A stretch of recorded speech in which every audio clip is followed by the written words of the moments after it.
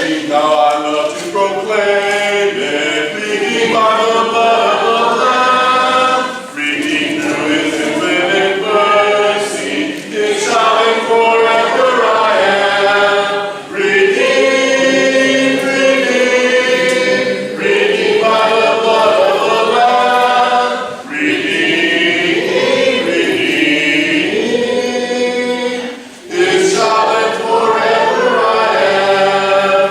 Redeemed and so happy in Jesus, no language my rapture can tell. I know that in the light of His presence, with me that continually dwell. Redeemed, redeemed, redeemed by the blood of the Lamb. Redeemed, redeemed, His child and forever I am. I know I shall see in His beauty the King in whose mighty light, who lovingly guarded my footsteps and giveth me songs in the night. Redeemed, redeemed, redeemed by the blood of the Lamb. Redeemed, redeemed, His child and forever I am. His child and forever I am.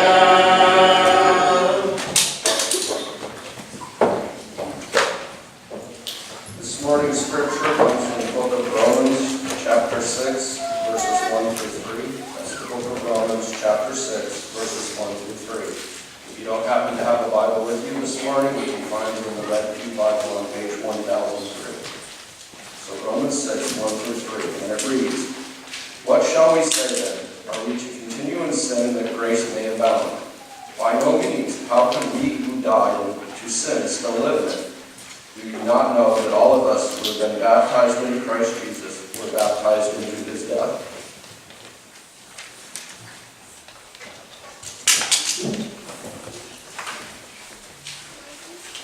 Thank you for that, Chase. Good morning, church. Good morning. Really good to see you all. I know many of you all have been traveling. Some have come back from illness. It's really good to see you. I'm glad that you were on the mend. Some of you are visiting. It's good to see you. First time seeing you, but you all are really lovely people. Our lesson today is going to come from the book of Acts 22.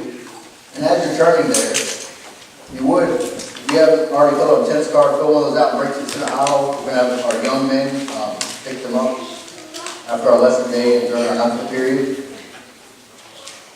So if you would, go ahead and do that. Well, our lesson is going to go from Acts chapter 22.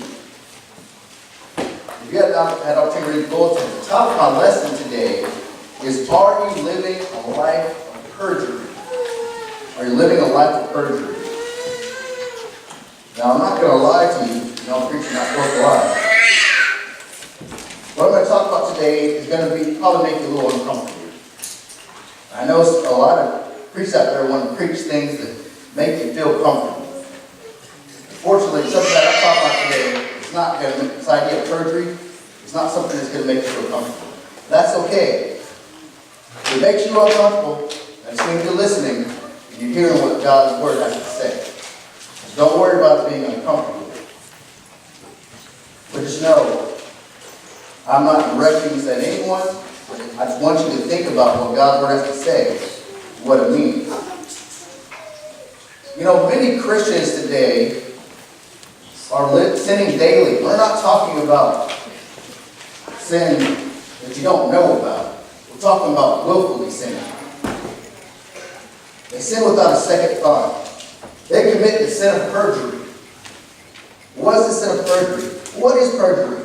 Perjury is a legal term. It's a legal term. It is an intentional act of swearing a false oath or falsifying an affirmation that tells the truth, whether spoken or written. You see, in the courtroom, if you commit perjury, the judge can throw you in jail. But see, if you commit perjury when it comes to God, His word can get you condemned to hell. If you commit perjury, you are lost. The perceived reputation of being an honest person. So what am I talking about today? There are many people today who say, I'm a Christian. That's where it stops. They don't live it. If you are living a life different from this claim of being a Christian, you're committing perjury. See, being a Christian means you are living. You don't just say, hey, I'm a Christian. Oh, hey, I believe in God. Hey, I believe in Jesus. You have to live it. And we're going to see in Acts chapter 22 three things that I want you to keep in mind as we share this idea of not living a life of perjury. The concepts we're going to observe today are being a reference for God, having an honest reaction to things, and this idea of we needing reminders.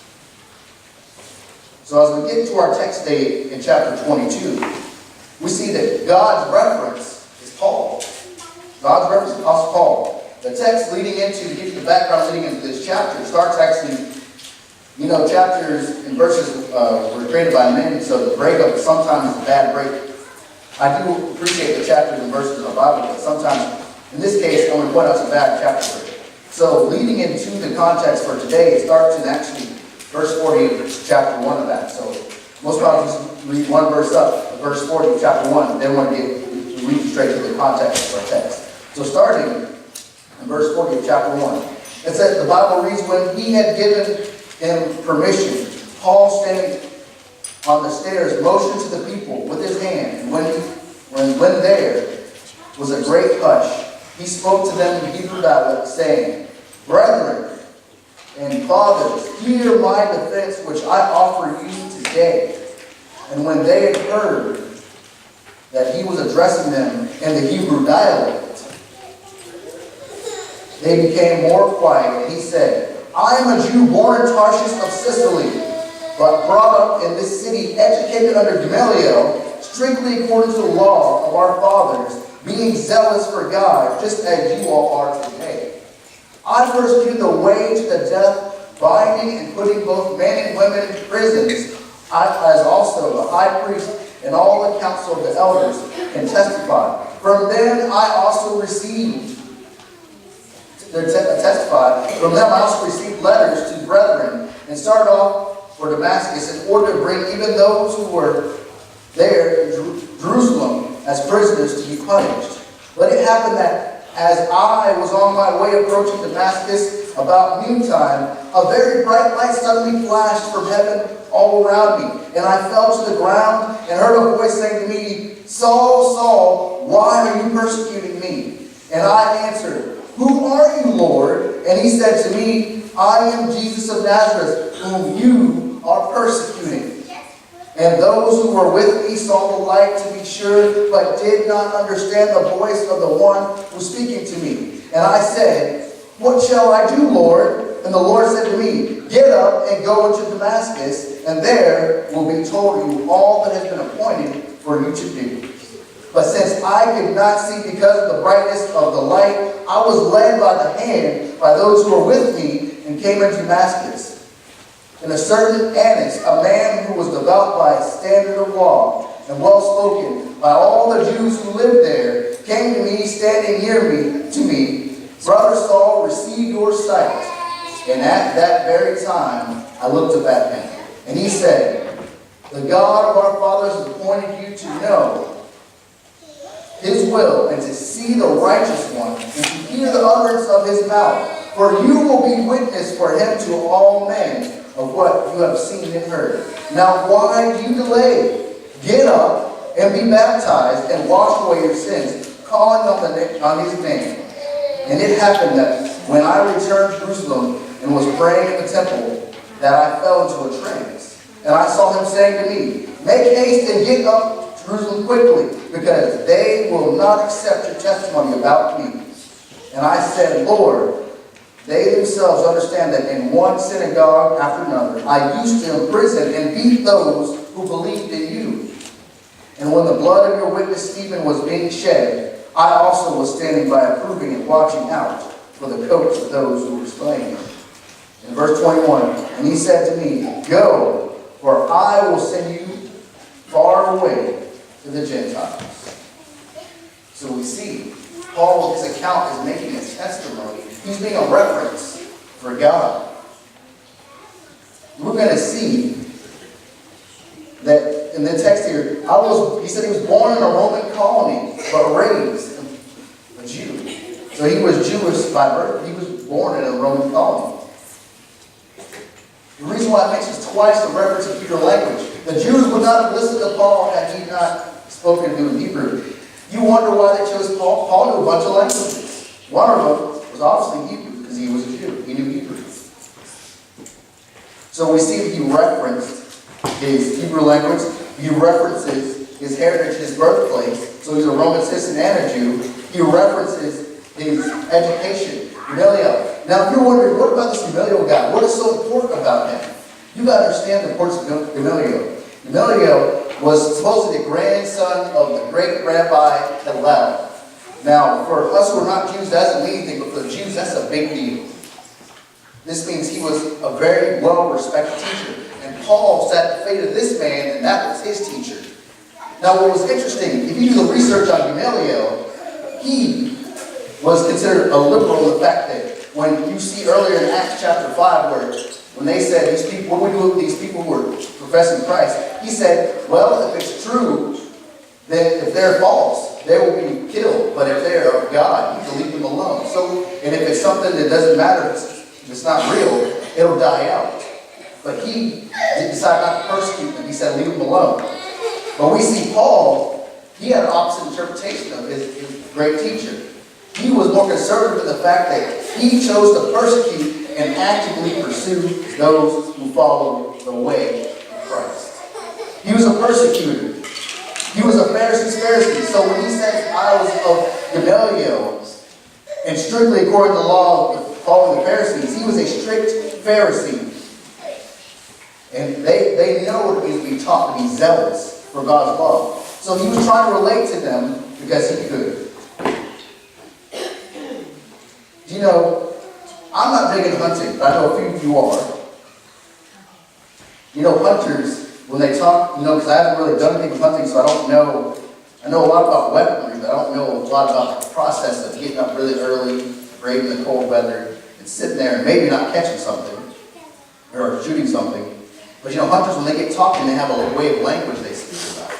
They talk about the size of the buck, you know, 8-point, 6-point type buck. They talk about, well, I got a doe versus a buck. Or, you know, I decided not to shoot that doe because I was waiting for this buck that I want in particular. They talk about cameras and feeders and all that stuff out there. Well, hunters have a specific language they speak. They talk about what the weather, they talk about deer size, they talk about being in season and out of season, they talk about tags. But when hunters talk to one another, they understand. So Paul could be a reference to these Hebrews because he spoke Hebrew. He was a Pharisee. So he said, let me understand, let me tell you where I came from, so you have a frame of reference and where I want you to get to be. I was Hebrew, so I did not just come to this idea of being a follower of Christ by accident. I was like you. But now he's saying, let me tell you about the gospel of Jesus. He said, I persecuted the way, and this way is the way of Jesus. People who followed Christ. He tells how he was binding people and throwing men and women into prison. He was not discriminatory. If you followed Christ, you were in jail in his eyes because you were against this law, this pharisaical law, strict idea. The idea is he did what was right in his own eyes. He was trying to be a reference for the law and not for God. A reference for this law. Until he learned the truth. You know, sometimes Jesus has to get our attention. It's sad that Jesus had to come down and get his attention to say, you're persecuting me. Not these people, you're persecuting me, Jesus Christ. So Jesus got his attention. You know, I don't know your circumstance, but you know, sometimes it is not pleasant when God gets your attention.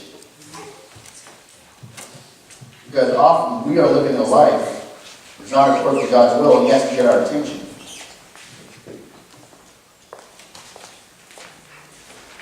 I'm going to tell you a little bit about myself. And I was baptized when I was 12. Some people might say, well, that's really young. I'm telling you, it doesn't matter about your age. If you understand the gospel truth, that we can be living the life of Christ, then you need to become a Christian. But I became a Christian at 12, so because I became a Christian at 12, I didn't get to do a lot of stuff as a teenager that I could have because I realized, and my parents reinforced, you're a Christian now. You have to do that. But I want to tell you something specific. So when I was 17, I remember this distinctly. My mom was working on a PhD, so she was out of town at Florida State, in Tallahassee. It's about 3 hours away from where we live in Jacksonville.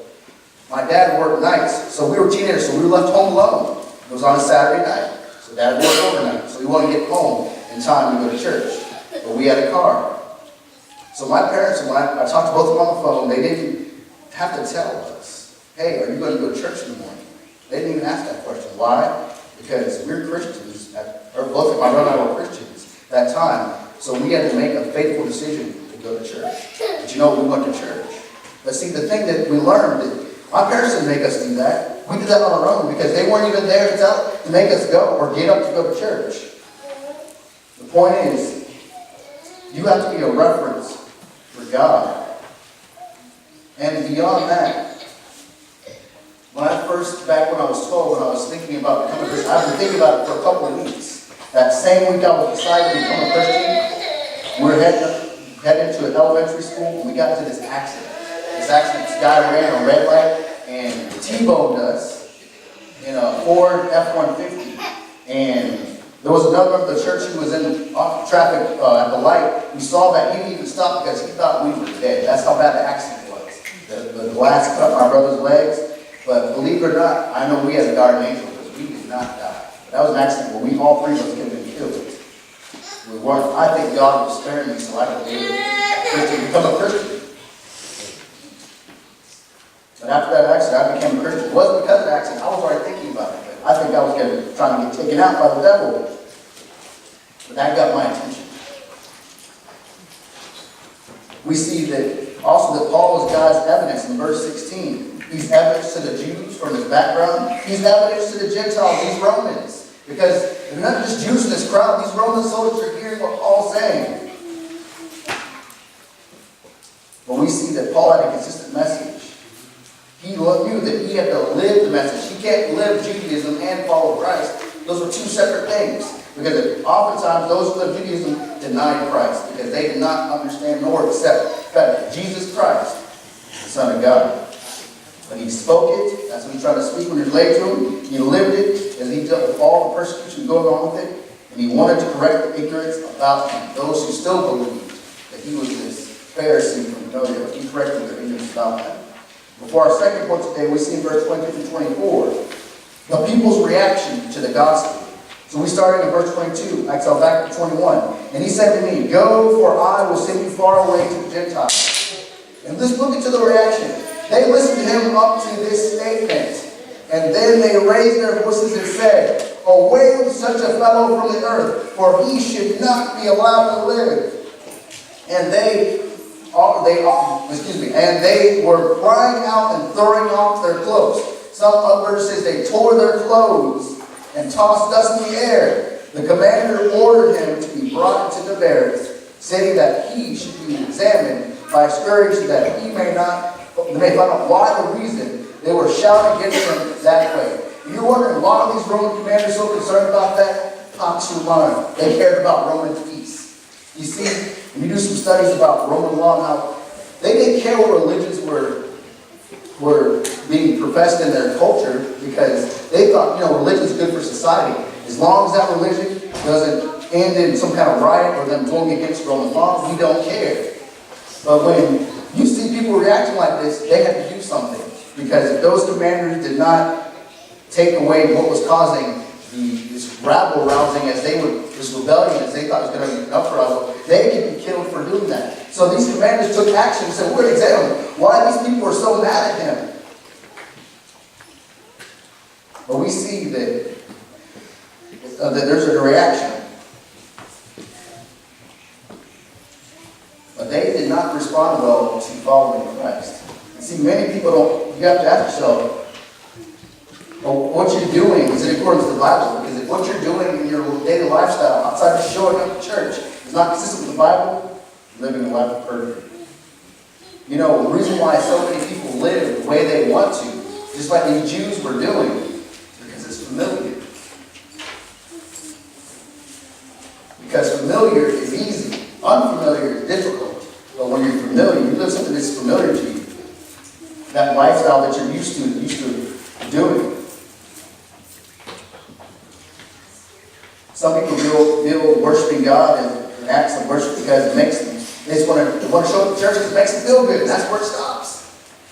They don't realize that's not a lifestyle. That's just something that makes you feel good. And see, that's when you make worship about yourself. When we come here to assemble together, our focus should be on God and not ourselves. A lot of people think if it makes you feel good, it must be right. But see, the Jews thought the same way. They thought following these laws was what made them feel good. And so therefore, when they followed something that was challenged them, they reacted violently to it. Worship and living a God-focused life is not about I, me, or for you folks. It's about God. You know, something really actually happened 2 years ago when Florida played. You know, I was living in Tennessee. University, I'm a Gator fan. University of Florida was playing Tennessee and Knoxville, and I was in Knoxville. Well, Florida wound up winning that game in the last 30 seconds with a Hail Mary. It usually doesn't work, but they did. I got so excited I was holding Caleb, and Carrie got scared. She thought, "Oh man, you're about to spike the baby." And I didn't. I did yell pretty loud, and it made me cry. I felt kind of bad about that because he was like, "What's going on?" Because I was so excited. But Carrie thought I was afraid. See, that was my reaction to that. The point is, their reaction, my reaction to that, my team winning was exciting, but their reaction to the gospel was violent.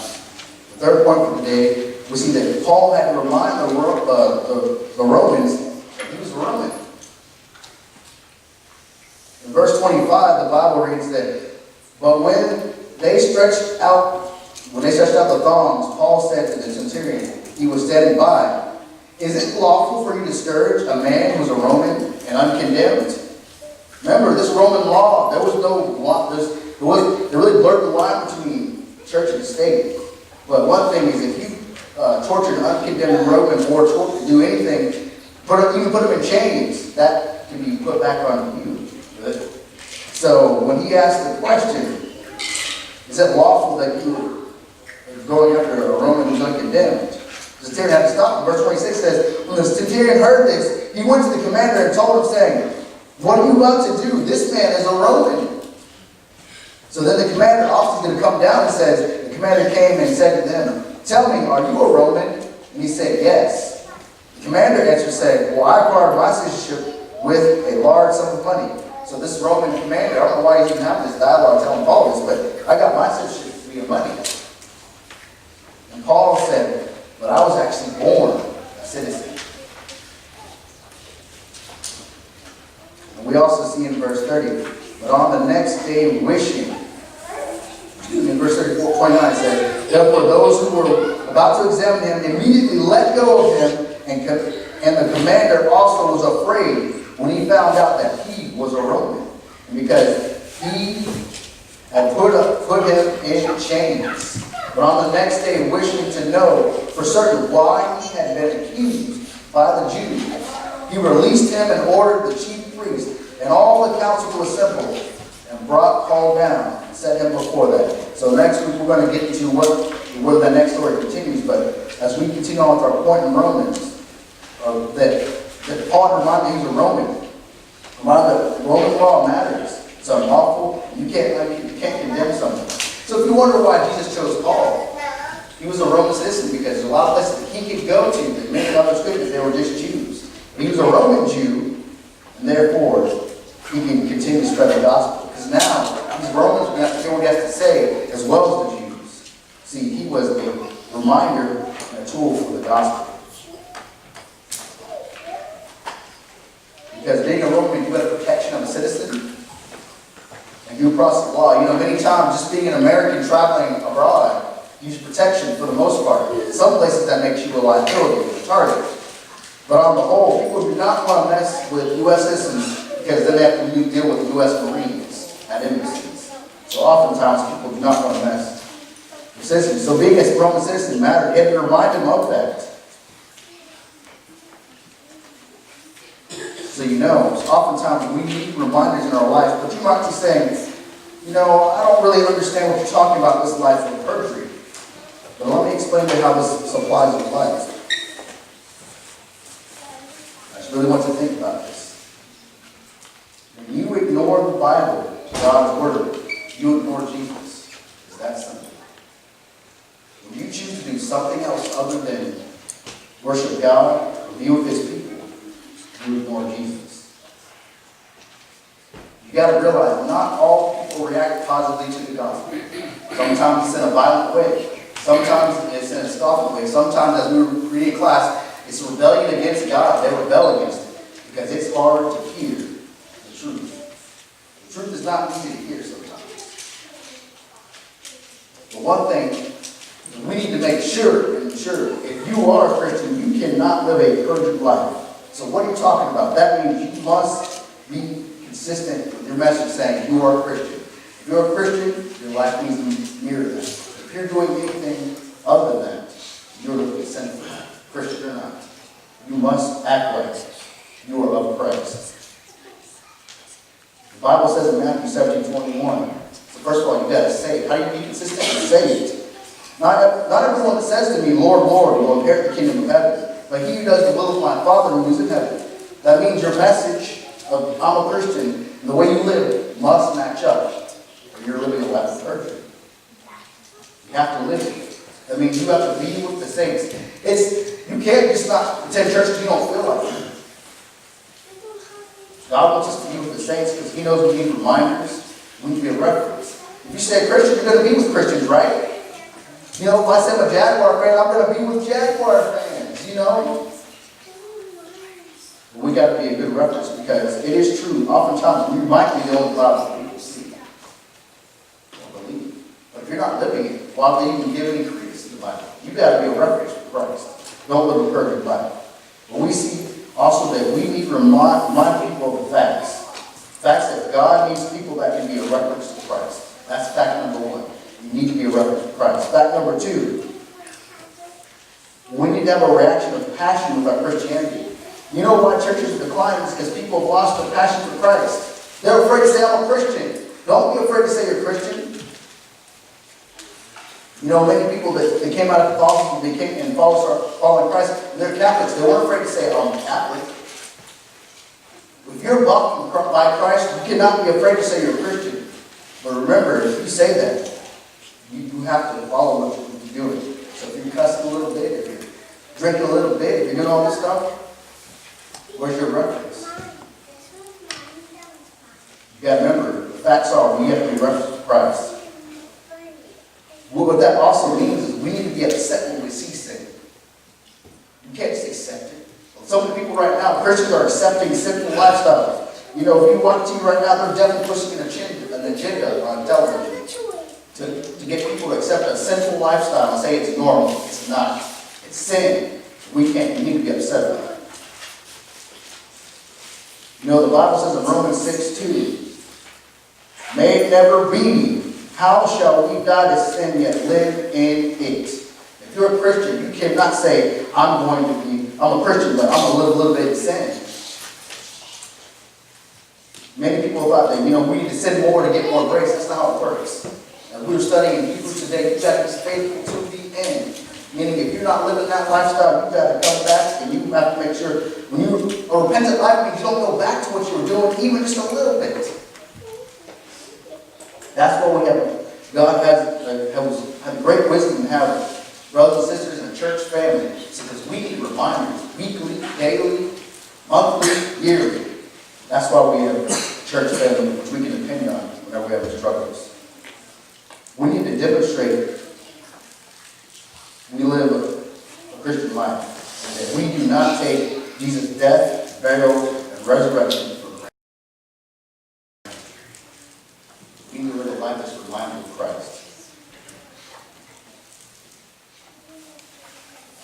People have to see you believe in Christ by the way you conduct yourself.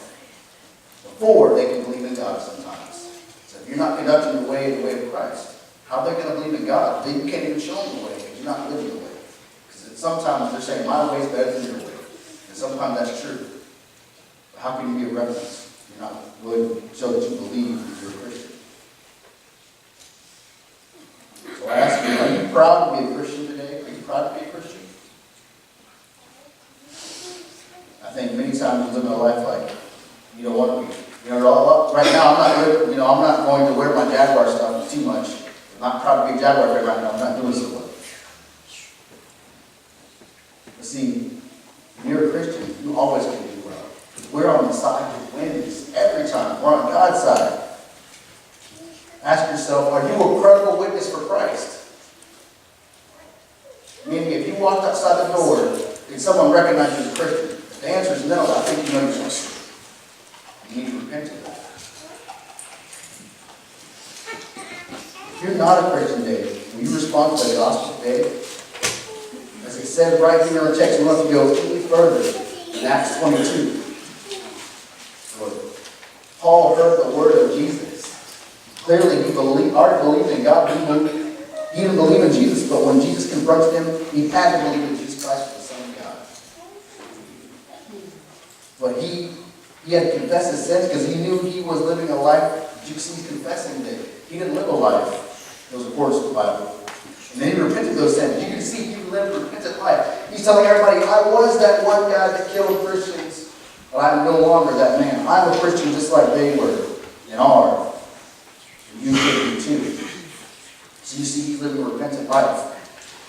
But most importantly, notice what he said. He did not delay. He said in verse 16, now why delay? Get up and be baptized and wash away your sins. That's how you get forgiveness of sins. That's how you become a Christian.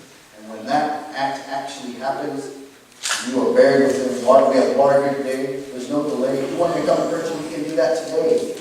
Be baptized for the remission of your sins. But beyond that, you must live an unperjured life, meaning that your message of I'm a Christian now is consistent with the way you're living now.